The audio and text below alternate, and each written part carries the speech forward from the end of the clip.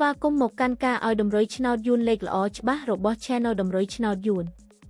ថ្ងៃនេះ Admin មានលេខល្អៗសម្រាប់ចែកជូនដល់ពុកម៉ែបងប្អូនយកទៅផ្សងសំណាងសម្រាប់ឆ្នោតយួនថ្ងៃទី24ខែមីនាឆ្នាំ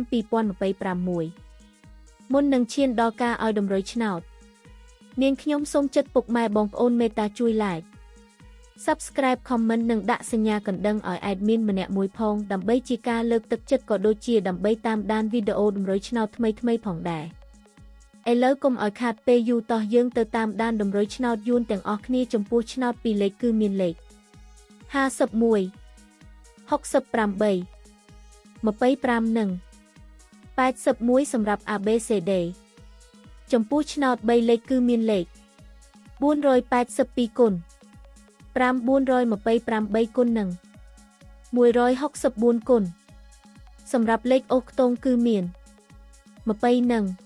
80សម្រាប់លេខអូចាសឥឡូវនេះវីដេអូតម្រុយឆ្នោតរបស់ Admin គឺបានដល់ទីបញ្ចប់ហើយនាងខ្ញុំសូមជូនពរពុកម៉ែបងប្អូនដែលបានយកតម្រុយឆ្នោត Admin យកទៅផ្សងសំណាងជូនពរឲ្យហេងៗគ្រប់គ្នាចាក់ត្រូវគ្រប់គ្នាជម្រាបលាជួបគ្នាថ្ងៃស្អែកបន្តទៀត